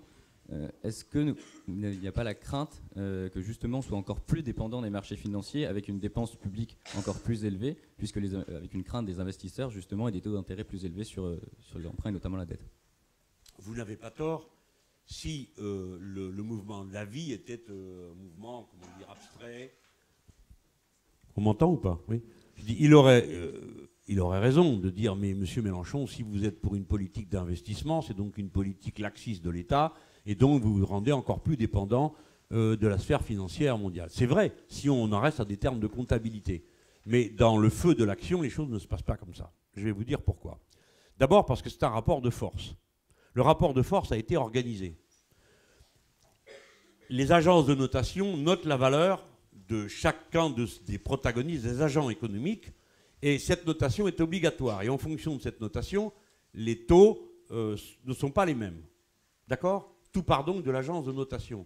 Qui a décidé qu'il fallait que tout soit noté et que c'est en fonction de la note de l'agence de notation que la décision économique est prise? Vous voyez, c'est un des exemples. Définanciariser l'économie, c'est 1000 mesures. Je les mets toutes de côté pour vous prendre les choses sous l'aspect le plus brutal et le plus direct. Notre grande force, notre immense force, c'est 2000 milliards de dettes, dont 70% sont dus à des étrangers. Dans ces conditions, ceux qui viendraient à ne pas être raisonnables avec nous pourraient tout perdre. Est-ce que c'est possible? Je vais donner un autre exemple. Le gouvernement de la Bolivie a décidé de changer la règle de répartition entre les investissements pétroliers et gaziers. Et avant, c'était 80% pour l'exploitant, 20% pour l'État. L'État bolivien a changé la règle. 80% pour l'État, 20% pour l'investisseur. Il se trouve que là-bas, c'est Total. Total, c'est des Français, des compatriotes. Donc quand j'y suis allé, je lui ai rendu visite, on discute. Bon, on a en commun une patrie commune quand même. On a des choses à se dire, on peut blaguer. Les gens en général sont assez drôles. Hein. Alors j'ai dit, oh là là, 80-20 là, ouf, ça vous change, hein? Et le gars, il blêmit pas. Il me dit, ouais. Enfin, 20, ça laisse de beaux restes. Vous comprenez? C'est un rapport de force. Et il a terminé en disant, et d'ailleurs en plus, pour aller chercher les 80, il faut faire des trous. Et les trous, c'est nous qui savons les faire. Donc, si tout est rapport de force, il faut partir du rapport de force que nous accumulons. Mais même ça, je le laisse de côté. Je suppose que la dette, moi je sais ce que je ferai, hein, je ferai un moratoire et une commission d'enquête. Mais je mets la dette de côté. Allez, on va vous la rembourser. Je ne le ferai pas. Je ne ferai pas comme ça. Je prends le reste. Combien y a-t-il d'argent dans l'assurance vie dans ce pays? 1500 milliards. La production d'une année de la France est 2000 milliards. Mais il y a 1500 milliards dans l'assurance vie. OK? L'argent de l'assurance vie, il faut qu'il se place. Parce que c'est ça le métier des assureurs en question. Il faut que... Eh bien, 1 euro sur 2 sort de France. Donc qu'on ne vienne pas me dire qu'il n'y a pas de réserve. Quand vous avez à la caisse d'épargne l'équivalent d'une année de budget, la caisse d'épargne, hein, le livret A à 0,75%. Une année de budget de l'État, l'équivalent. Il ne faut pas dire la France est un pauvre petit pays qui ne sait pas où il y a de l'argent. Si cet euro qui est sorti, je le garantis à 1,5, ou même à 2, qui sont des chiffres dérisoires. Je dis, si cet euro-là, si vous le remettez en France, vous aurez l'avantage fiscal. Si vous le sortez de France, plus d'avantage fiscal. Il reviendra l'euro en question. Et il s'investira. Est-ce que 1 ou 2, la sphère financière n'en veut pas? C'est une question, non? Pour dire, mais vous êtes fou, Mélenchon. Personne ne va vouloir vos titres d'emprunt pour aller faire l'économie de la mer. Eh bien, moi, je prends le pari inverse. C'est qu'un titre français garanti sur des installations, sur l'économie de la mer, sur des machines qui captent l'énergie, sur tout ce qui tourne à l'économie de la mer, il trouvera placier. Il trouvera quelqu'un qui prendra. Vous voulez la preuve du contraire? La voici, je vous l'ai donnée tout à l'heure. Quand le banquier central met 1000 milliards sur la table, il fait le tour des banques privées et il dit, je vous rachète vos titres de dette des États, qui est censé être de l'argent pourri. Eh bien, les banques refusent de les vendre au banquier central contre de l'argent réel. parce qu'ils considèrent qu'un titre de dette, même réputé pourri, c'est plus solide que la masse de paperasse qui circule dans le monde. Ça, c'est pas une histoire que j'invente, c'est en ce moment la difficulté du banquier central, en ce moment, qui a du mal à placer ses 60 milliards mensuels dans l'économie à travers les banques. Forcément, leur système est invraisemblable. C'est pour vous dire que ce que je vous raconte est un modèle économique assez classique, de type keynésien, et qui part des réalités, des choses qui existent. Et la ressource, vous prenez le problème par le bout que vous voulez. Moi, je n'ai jamais proposé de nationaliser les coiffeurs et toutes les entreprises. Tout ça est absurde. Si on veut relancer l'activité, primo, pour créer du travail, de l'utilité sociale. Deuxio, de manière écologiquement responsable. Pas la politique de l'offre. Pas produire n'importe quoi du moment que ça coûte pas cher. Et du moment que les charges sociales, comme ils disent, au lieu de parler de cotisation, sont supprimées. C'est absurde la politique de l'offre. Vous le savez que c'est absurde? Eh bien vous êtes un lapon au pôle Nord, quelqu'un tape à votre porte, vous ouvrez, il y a un type qui dit je vous vends un frigo. Ah ben moi c'est plutôt d'un chauffage dont j'avais besoin. Ah non, non monsieur, moi je vends des frigos pas chers. Et puisque monsieur Hollande vous a dit que la politique de l'offre crée de la demande, eh bien maintenant vous allez me l'acheter. C'est pas vrai. Et vous ne vendrez pas pareil des machines à chauffer au Sahara. Je prends un exemple caricatural, mais c'est pour vous dire que si nous partons de nos atouts en nous pensant comme un collectif humain, comme une puissance, nous regardons les choses différemment et les moyens que nous mobiliserons seront d'une quantité énorme et créeront ce volant d'entraînement. Comment voulez-vous faire fonctionner une économie sans volant d'entraînement? Je parle à vous qui êtes des élèves en capitalisme. Vous savez bien que ça se passe comme ça. Il faut bien qu'il y ait un endroit où vous produisez ou vendez en quantité telle que ça fait courroie de transmission. Pourquoi je vous parlais des coiffeurs il y a un instant? Parce que pour moi, le coiffeur, c'est l'équivalent de l'écrevisse dans la rivière.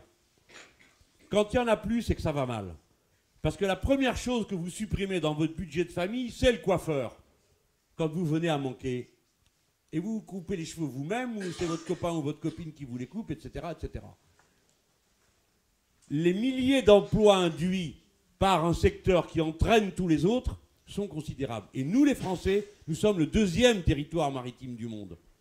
Par conséquent, nous avons une richesse gigantesque, là, à portée de main. Et nous ne faisons rien. Nous avons les brevets pour transformer des algues en plastique. Nous savons capter la différence entre l'eau froide du fond de la mer et l'eau plus chaude du dessus. Et que faisons-nous? Rien. Pourquoi rien? Pourquoi pas diriger l'argent de ce côté-là? Pourquoi donner 40 milliards comme ça de CIC au hasard? Allez, hop, qui en veut, prenez, c'est grotesque. Et vous retrouvez des secteurs d'activité de notre pays qui sont les plus gros bénéficiaires de cet avantage alors qu'ils ne risquent aucune forme de délocalisation. C'est de la politique de gribouille. Ça a l'air rationnel, mais ça ne l'est pas du tout. Ça repose sur un mythe. C'est que l'argent trouve à se placer à la meilleure efficacité humaine. Ce n'est plus vrai à partir du moment où vous avez la sphère financière dont j'ai parlé il y a un instant. Excusez-moi d'être long. Est-ce que du coup, selon vous, il faut interdire la sphère financière, interdire l'accès des banquiers à certains restaurants, comme vous l'avez tweeté ce matin? Ça m'a fait rire, ça. Je me marrais quand même. Le type, il dit, je veux... Et quand même, réfléchissez à l'incident. Le gars, il demande un emprunt, on le lui refuse. Ben, il dit, bah, très bien, vous me refusez un emprunt, je ne veux pas de vous dans mon resto. C'est une manière pour lui de montrer que l'argent n'est pas utilisé dans l'économie réelle. Je trouve que c'est une manière plaisante. Après, heureusement que la bataille politique ne se limite pas à des farces. Hein. Couper les liens de l'économie financière, j'ai idée de comment on peut faire. Il y a des petites mesures, des moyennes, des grandes. Par exemple, si vous transformez les pouvoirs de vote dans les conseils d'administration, vous voyez, ce n'est pas du bolchevisme. Hein. Je suppose que les conseils d'administration sont toujours là. Et c'est toujours une entreprise capitaliste. Si vous changez les pouvoirs de vote du conseil d'administration en fonction de la durée de l'investissement, bah déjà vous commencez à ralentir le cycle. Si vous mettez votre argent pour 10 ans, vous avez un droit de vote. Si c'est moins de 10 ans, rien du tout. Vous prenez le bénéfice, mais vous pesez de rien dans la décision. À partir de là, les fonds de pension, ils regardent la question d'une toute autre manière. Vous établissez, je prends que cet exemple, hein. Qui a inventé ça? En général, quand je dis ça, il y a déjà des gens qui ont les poils qui se soulèvent. C'est M. Beffa. C'est pas un bolchevique échevelé, celui-là. C'est l'ancien patron de Saint-Gobain. Par exemple, si vous décidez que de l'argent qui arrive en France pour être investi, il y a un dépôt de garantie. Aussitôt, vous allez dire, non mais ça ne va pas, un dépôt de garantie pour de l'argent, pour des gens qui nous font l'amitié extrême de bien vouloir mettre leur argent chez nous. Figurez-vous que le dépôt de garantie, il a été mis en place au Brésil pendant des années. Et les grandes boîtes ont accepté de faire des dépôts de garantie et de se faire spolier de leur dépôt de garantie si elles partaient avant la date d'expiration de la garantie donnée en question. Et même pour vous faire rager, une fois que Pinochet, après avoir massacré nos camarades, comme son système ne marchait pas, évidemment, c'était seulement l'anticommunisme qui l'obnubilait, a fait venir les Chicago Boys. Alors là, ça a été la deuxième catastrophe après Pinochet lui-même. L'économie chilienne a été dévastée. Et donc, on a fait revenir des gens qui ont réorganisé l'économie chilienne, le dictateur. Et c'est sous la dictature de Pinochet qu'on a commencé à appliquer les dépôts de garantie pour que l'argent cesse de rentrer et de sortir en fonction du seul intérêt de l'investisseur. Vous voyez, c'est dur pour moi de vous raconter ça, mais c'est pour vous dire, ouvrez les yeux, il n'y a pas un seul modèle économique. Et quand on sort du modèle économique, on n'est pas forcément un bolchevique échevelé qui ne réfléchit pas et qui va gonfler la dette et qui blablabla, la France vit au-dessus de ses moyens. Non, c'est le capital qui vit au-dessus de nos moyens. Faites les calculs et vous verrez que le coût du capital, la prédation que représentent les taux d'intérêt aux différentes étapes de la production, peut représenter jusqu'à 50% de la valeur ajoutée. Et quand vous hurlez tous contre les impôts, tout le monde ferme sa bouche quand passe une carte de l'American Express. Voilà quelqu'un qui vous distribue une carte et qui, pour prix de ce service, vous prend 4%. 4% de ce que vous avez fait. Vous allez au resto, vous sortez votre American Express, 4% il prend. Il n'a pas éclairé, il n'a pas chauffé, il n'a pas ouvert la porte, il n'a pas payé le personnel. C'est pas lui qui a fait cuire la bouffe. Rien, mais il prend 4%, juste parce que vous l'avez sorti de la poche. Et sinon, les autres, c'est entre 1 et 2%. Hurler contre les impôts publics qui permettent l'équipement public et fermer sa bouche devant l'impôt privé. Voilà la situation dans laquelle vivent les zombies qui nous entourent. On ne réalise même plus que la prédation se fait d'une manière continue et parfaitement sauvage. Merci Jean-Luc Mélenchon d'avoir été avec nous ce soir. On va passer à avant de donner la parole au public, il y aura sûrement certaines questions. On va commencer à avoir faim là. Justement, on va passer à une toute dernière séquence. Je vais devoir cette fois-ci répondre rapidement. En choisissant un mot ou un autre, on va vous présenter des couples de mots. Il faudra choisir un mot ou un autre. Ouh, c'est ça. Alors, PS ou PSG? Bon, il y a de l'argent du Qatar dans les deux.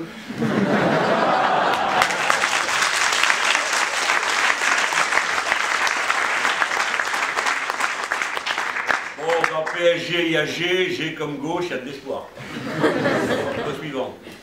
Valse ou valse? Ah bah la valse, évidemment. Très difficile à danser à plat. Vous savez la danser? Fond ou forme? On dit que la forme, c'est du fond qui remonte à la surface. Rosa Parks ou Rosa Luxembourg? Ah ben Luxembourg, évidemment. Poutine ou Poutou? Poutou, il a l'air plus marrant que l'autre. Hein. Tsipras ou Varoufakis? Oh là là là là. Je ne peux pas choisir parce que Varouf, il est sympa, mais totalement imprévisible. Quant à Tsipras, je ne sais pas ce qu'il pense. Et il parle à un anglais d'aéroport qui, combiné au mien, fait que les conversations passent. Fitch ou Moody's? J'ai manifesté chez les deux. Et contre les deux. L'Internationale ou la Marseillaise? Mes chers amis, il n'y a pas de contradiction. Parce que les paroles de l'Internationale ont été écrites pour être chantées sur l'air de la Marseillaise. Et faites pas l'expérience, vous, ça ne vous concerne pas, vous ne chantez pas l'Internationale, mais vous chantez l'Internationale, il ne faut surtout pas essayer de chanter avec l'air de la Marseillaise. Bon, moi je chante les deux, et c'est moi qui ai ramené la Marseillaise dans les meetings de notre gauche, c'était pas évident. Parce que la culture de la gauche française, évidemment la Marseillaise c'est notre chance, c'est la révolution de 89, mais l'affaire est devenue compliquée à partir de la Commune de Paris. Et dans le monde entier, la Marseillaise est considérée comme un chant révolutionnaire. Dans l'Espagne franquiste, si vous chantiez la Marseillaise, elle est en tôle. Sous Pinochet, c'est pareil. Hein. Et dans le monde entier, on chante la Marseillaise, et bon, moi, ça me donne la chair de poule de chanter la Marseillaise. J'aime évidemment l'Internationale, qui présente un énorme inconvénient, c'est le refrain. Parce qu'au refrain, vous fermez le poing. Alors on ferme le poing aussi quand on chante la Marseillaise. C'est aux armes citoyens, on ferme le poing. Et l'international, vous fermez le poing et vous faites, non, non, s'il vous plaît, baissez votre appareil. Vous aussi. Parce que vous faites l'international à l'heure. Donc les photographes qui sont malveillants, vous avez, quand vous volez des photos, on aperçoit l'intérieur de votre gorge, garçon ou fille, hein, parce que vous êtes là, la bouche ouverte comme ça pour faire international à l'heure, et le poing fermé, donc on est tous ridicules en 2 secondes. Donc je préfère la Marseillaise. Faucille ou marteau? Je sais que je vous laisse avec les deux. CGT ou MEDEF? La CGT, parce que la CGT est représentative, le MEDEF ne l'est pas. Vous ne le savez pas, vous, ça. Vous ne le savez pas. Vous croyez que le MEDEF, c'est un syndicat du patronat, hein, de l'entreprise, comme ils disent. Ce sont des prétentieux, parce que le même mot désigne l'auto-entrepreneur et la boîte du CAC 40, c'est grotesque. Et le MEDEF a réussi, grâce à ses alliés au Parlement, à ne pas être exposé à l'obligation de représentativité auquel les syndicats ouvriers sont exposés. Donc le MEDEF n'est pas représentatif. Et je vais vous dire, le patronat de l'économie sociale et solidaire, c'est pas rien dans notre pays. La seule fois où ils ont été aux élections, ils ont fait 19%. Ils n'ont pas le droit de signer une convention collective, ils n'ont pas le droit de signer un accord de branche. Donc c'est pas juste. Je sais que le jour où on gouvernera ce pays, le MEDEF passera à la casserole comme les autres. Il devra être représentatif et vous verrez que le patronat français n'est pas forcément le meilleur ami de ces gens-là. DSK ou JFK? Mais c'est qui JFK?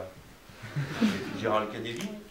Ah bah pour la tragédie, forcément, Kennedy.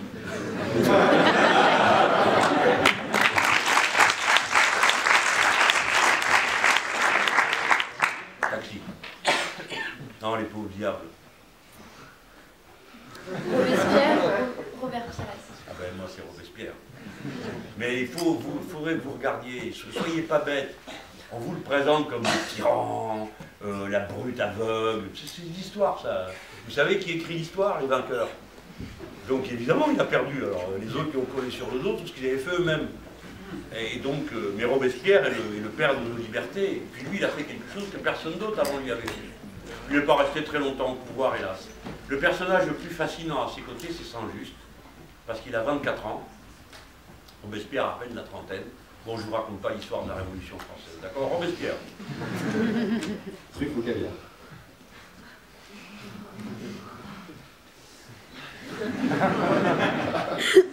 Allez, on va faire le petit franchouillard. Encore que maintenant, il y a du caviar qui est très bien en France. Non, mais j'en suis pour la truffe, moi. Rien que pour la trouver, je trouve que c'est grandiose.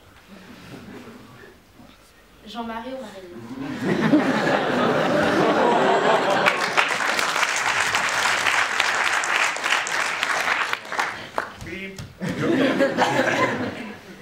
Merci, monsieur Mélenchon.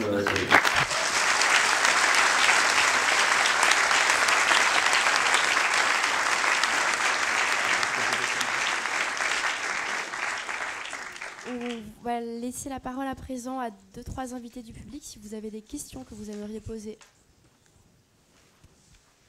On va rater le journal de 20h. Bonsoir, monsieur Mélenchon. Que pensez-vous de la récente mise en examen de Nicolas Sarkozy? Et que pensez-vous de la mise en examen de 32 de membres de son entourage? Est-ce que c'est de la faute des juges? Est-ce que c'est la faute de son parti? Comment on peut expliquer une telle situation politique dans notre pays, en fait, quand on a été président et qu'on est accusé de tant de maux, de tant de délits?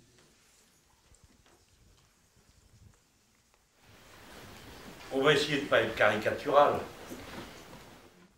Je pense qu'il y a une façon d'être au pouvoir et de perdre tout contrôle sur soi-même. Notamment dans ces... Vous parlez de l'inculpation qui tourne autour de l'affaire Big Malion, tout ça, quoi. Les gens découvrent quelque chose qui est terrible, c'est la place de l'argent dans l'organisation même de la démocratie. Ce sont des sommes gigantesques. 20 millions d'euros pour faire campagne, quoi. Et ils ont dépassé apparemment, on ne sait pas de combien, mais... Je pense qu'il y a là une mécanique qui s'emballe et où plus personne ne contrôle vraiment ce qui se passe. Vous voyez, je fais une interprétation généreuse de la situation. Mais l'irresponsabilité, la connivence de l'argent et de la politique, les gros appareils verticaux, le recours permanent à tout propos et hors de propos, aux communicants, aux boîtes de ceci, boîtes de cela, ça peut que générer ça. Et encore, on met de côté la corruption. Là, je ne mélange pas les deux questions, parce que je n'accuse personne de rien. Hein. Et je pense que M. Sarkozy a droit aussi à la présomption d'innocence. Ça ne peut pas être à la tête du client, cette histoire. Hein. La présomption d'innocence, c'est pour tout le monde. Mais sérieusement, on voit que le système est devenu fou. Alors, ils en sont à la fois les auteurs et les victimes. Je n'ai pas envie d'en dire davantage, parce qu'on risque toujours de sombrer dans la caricature ou d'incriminer des gens. Mais il faut absolument avoir une pratique laïque de la politique, c'est-à-dire séparer la religion de l'argent de la pratique politique.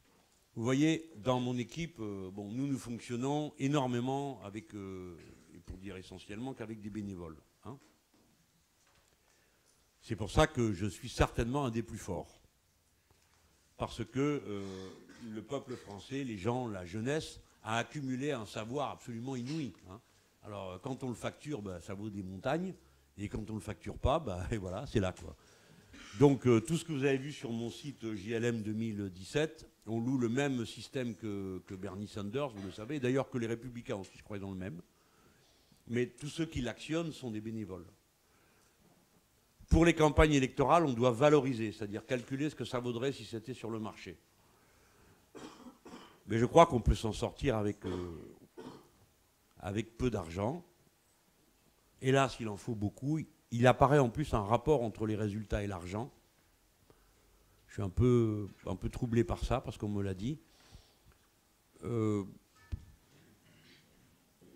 Les campagnes électorales menées par des communicants, il n'y a pas longtemps, on a eu cette discussion entre nous, parce qu'il s'agissait de choisir le slogan. Moi, ma vie entière, je n'ai jamais accepté que les communicants fassent autre chose que de communiquer ce que moi, je leur disais. Et j'ai toujours dit, là, je vous garantis que c'est la vérité. Si un responsable politique n'est pas capable de formuler en un slogan en quoi consiste sa pensée, je trouve calamiteux d'aller le demander à un communicant. C'est pas pareil que de vendre des savonnettes ou des poulets ou je sais pas quoi. Hein. Là, il s'agit de penser. Vous passez votre vie à fixer une ligne stratégique, à écrire un programme, et au moment de le résumer ou de fixer votre ligne stratégique, vous allez demander à un mec qui n'y connaît rien, qui le reste du temps vend des barquettes, de vous dire comment on doit le dire. Pour moi, c'est un échec absolu de la pensée politique que le recours aux communicants pour faire autre chose que d'appliquer une ligne. La France insoumise, je l'ai trouvée tout seul avec ma petite tête. C'est-à-dire avec une quarantaine de copains, on échange des noms, copains-copines, on échange des concepts. Le slogan doit donner la ligne stratégique. La dernière fois, c'était place au peuple, parce que le peuple était sur les places. Là, c'est la France insoumise, parce que c'est à partir de la brèche que représentent les gens qui ne cèdent pas qu'on peut reconstruire le futur. Et après, vous m'avez posé la question, pourquoi vous n'êtes pas avec des partis? Tout ça se tient, en un tout. Voilà, et je pense que, en plus, la dernière campagne, moi, ça me fait marrer, parce qu'ils m'ont couru derrière. Comme j'étais sur les places, ils ont tous couru sur les places, mais ils sont allés avec leurs millions, place de la Concorde, des millions là-dedans. Bon, oh là là. Qu'est-ce que j'ai fait d'autre encore qui m'a bien fait rire? Les socialistes avaient 32 types et filles pour faire leurs réseaux sociaux et leur site et tout le reste. Sauf qu'il y a deux problèmes. Premièrement, il n'y a pas un chef qui a compris à quoi sert un réseau social. Il croit que c'est un truc de jeunes. Donc c'est même pas dans leur tête. Comment vous faites la bataille? La politique, c'est un art de réalisation. C'est pareil qu'un sport. Vous avez des gestes que vous devez acquérir. Hein. Comment vous faites si vous êtes le chef et que vous ne connaissez même pas les gestes qu'il faut faire pour passer à l'étape de la conviction? En quoi consiste la politique sinon à convaincre? D'abord réfléchir, penser, préparer, mais convaincre après. Si tu sais ni comment ça marche, ni par où ça passe, ni comment le dire, bravo, on va faire autre chose. Et ils en sont là. Ils en avaient donc 32. La rigolade, c'est que toute structure, vous le savez, au-delà de 6, il faut un coordinateur. Hein. Et voilà, et après, vous avez un coordinateur de coordinateur. Tous ces beaux merdes se retrouvaient tous les matins à 32, de 9h à 11h. Donc de 9h à 11h, il suffisait de le savoir, vous faisiez ce que vous voulez. Ils étaient incapables de riposter. Hein. Voilà. Et sur les 32, au bout d'un moment, à force de se faire prendre pour des cons, parce qu'à 32, personne ne décide, hein, il y en a 4 ou 5 qui ont changé de camp. J'étais bien renseigné.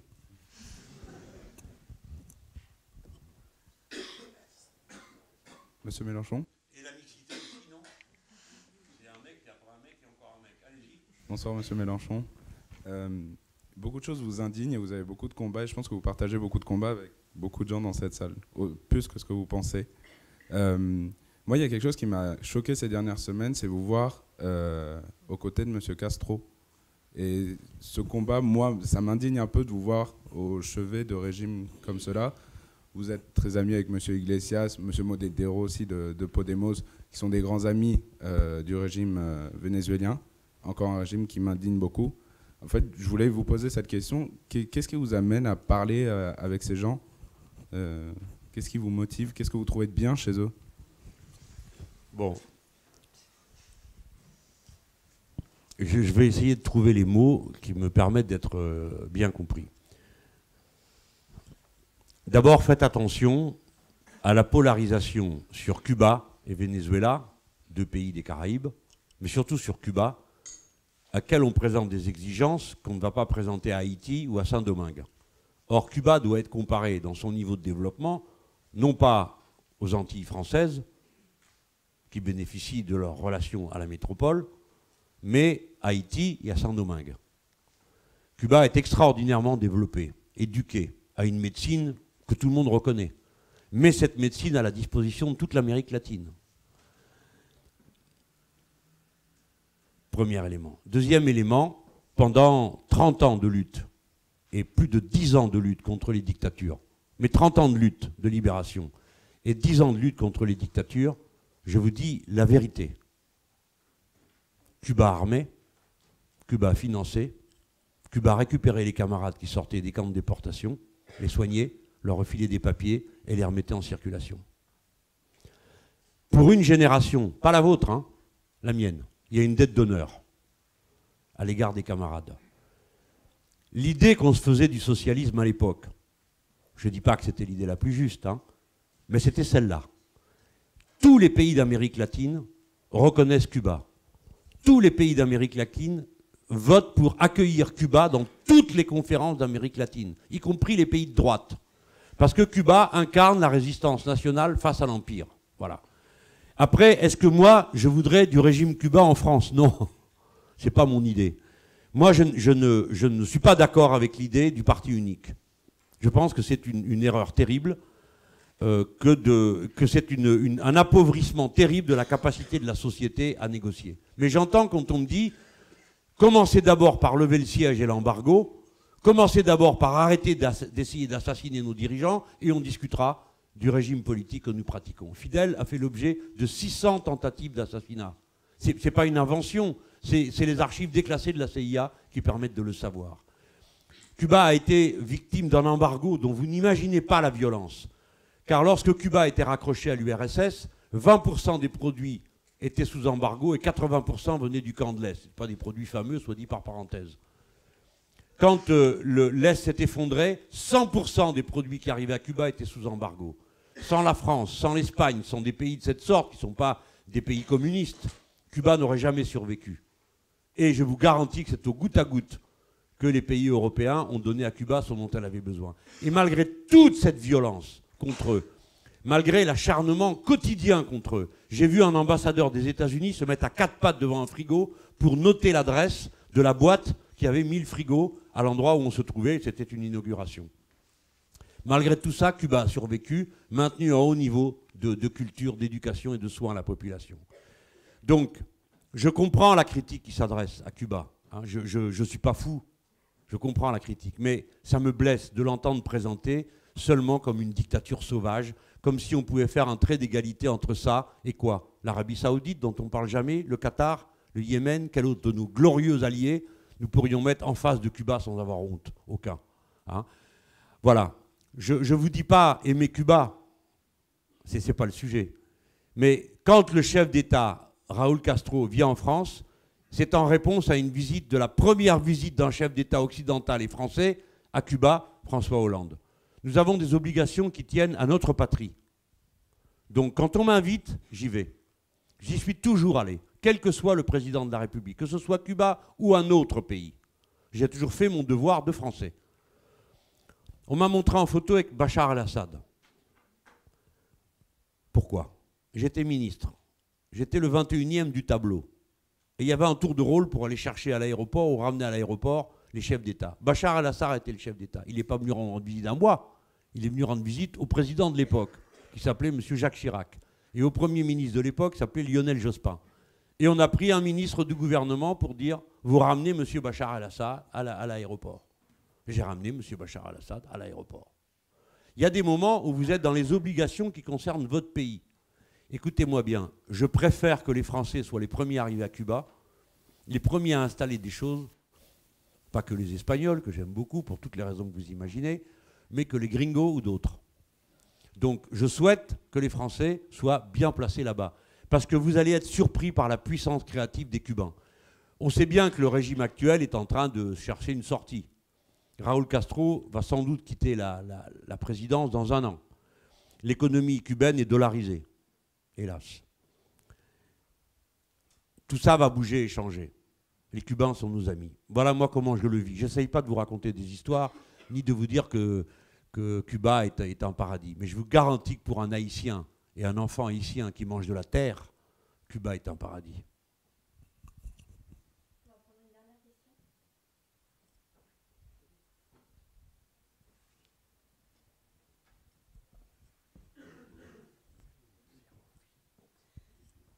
Bonsoir Monsieur Mélenchon. Ma question porte sur un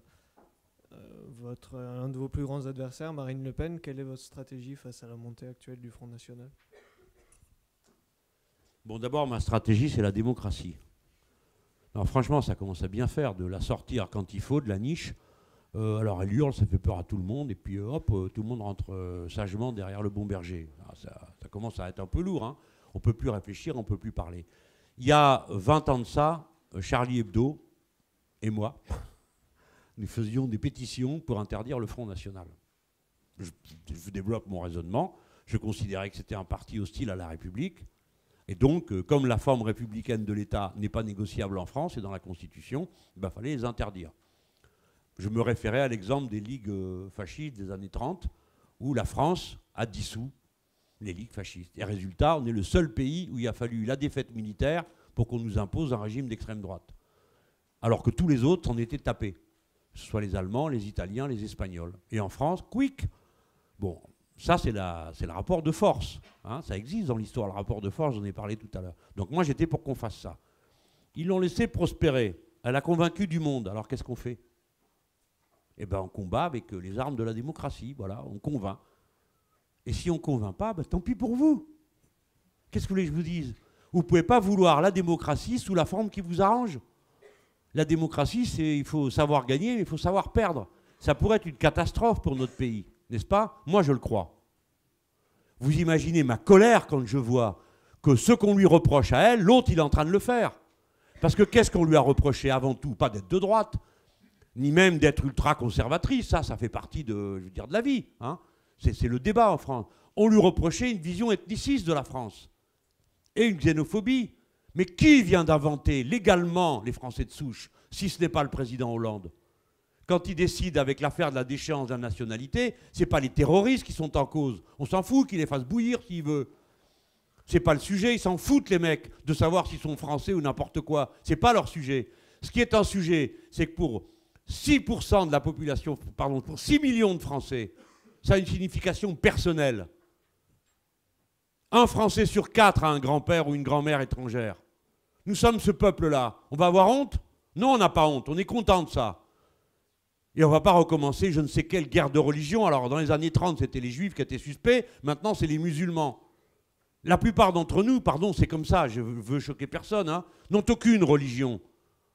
Et la plupart d'entre nous, nous en avons jusque-là d'entendre parler de religion du matin au soir. Et ce n'est pas tant la religion qui est en cause que le communautarisme. C'est-à-dire que des gens prétendent avoir des droits particuliers en fonction du fait qu'ils sont particuliers de tel ou tel point de vue, religieux, linguistique ou je ne sais quoi. C'est le communautarisme que nous combattons. Vous voyez pourquoi, dans l'art maintenant de montrer du doigt Mme Le Pen, on commence d'abord par pas faire que ce qu'elle propose. Or, ce qu'ils ont inventé avec la déchéance de la nationalité pour les binationaux, c'est ça. C'est une idée qui vient de l'extrême droite. Ce n'est pas une idée qui vient de la gauche. Ce n'est même pas une idée qui vient du camp conservateur français, même si M. Sarkozy avait évoqué le cas. Mais M. Sarkozy n'avait jamais précisé, comme l'a fait François Hollande, pour les gens nés français. C'est ça la grande différence. Que quelqu'un qui a été naturalisé soit déchu de la nationalité parce qu'on dit « attendez, on avait fait un contrat, vous ne le respectez pas ». On peut le comprendre. Mais quelqu'un qui est né français, vous allez lui dire « ah ben attends, toi tu as une drôle de tête ». Tes parents, ils étaient quoi? Français, français, monsieur. Et tes grands-parents? Ah ben là, ça commence à devenir compliqué. 1 sur 4, je vous l'ai dit tout à l'heure. Moi, je suis né en Afrique du Nord. Pour avoir mes papiers, ancien sénateur et ancien ministre, j'ai dû aller me disputer dans un bureau avec des gens qui me demandaient de prouver la nationalité française de mon grand-père. Je lui ai dit, mais vous êtes au courant qu'il y a eu une guerre civile en Espagne? Vous avez entendu parler de la guerre d'Algérie? Et pour cause, celui qui était en face de moi, c'était un gars dont le père était lui-même un Algérien. C'est la France, ça. Hein, voilà. Bon, bah, ça m'a fait plaisir de le voir si coriace contre moi. Il m'a regardé dans les yeux, il m'a dit, il y en a, ils se croient français, ils ne le sont pas. Bon. Bon, bah, je me suis dit, c'est bon, quoi. Notre éducation a fonctionné. Il n'a pas tort, mon grand-père Mélenchon est mort espagnol. Mais mon autre grand-père, français. Français de cœur, on a choisi d'être français. Hein, parce que mes ancêtres ne voulaient pas être sous la dictature de Primo de Rivera, qui était d'extrême droite. Ils sont venus en France, français. Dès qu'il y avait un défilé militaire, tchouf, mon grand-père était derrière. Dès qu'il y avait la Marseillaise, boum, tout le monde devait se lever à table, même si on était en train de manger, comme on devrait être en train de le faire. C'était comme ça. Voilà, c'était comme ça. Et lui, il croit qu'il va nous transformer en étrangers parce qu'il a décrété les Français de souche. Peut-être que c'est vous. Et les Français de souche étrangère pour toujours. Ça va être mon cas. Celui de mes gamins, mes petits-enfants. Ah, jamais on lui pardonnera ça.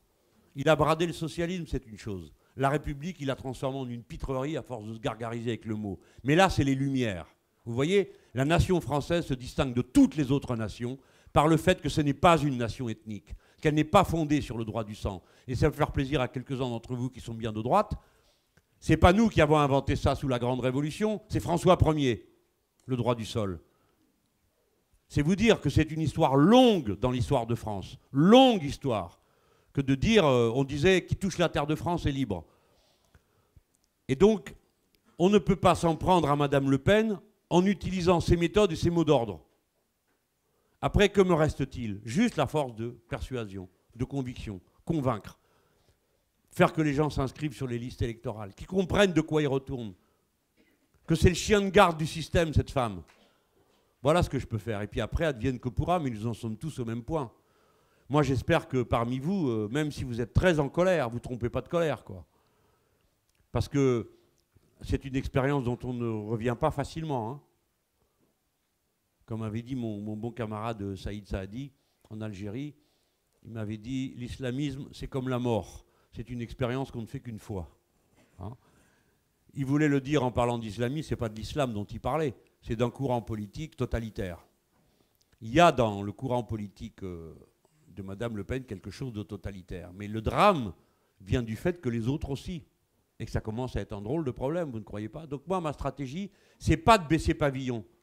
On me dit, ah, Madame Le Pen, donc vite, vite, vite, vite, vite, plus personne ne discute de rien, tout le monde est ensemble. Mais c'est ça, abandonnons-lui le terrain. Si on fait ça, c'est la meilleure manière pour elle de dire, bah, écoutez, reste plus que moi pour protester, regardez, même Mélenchon, il rentre à la niche. Il s'en va faire campagne pour Valls, Hollande, ou je ne sais quel personnage qui est là au milieu. Non, jamais. Jamais.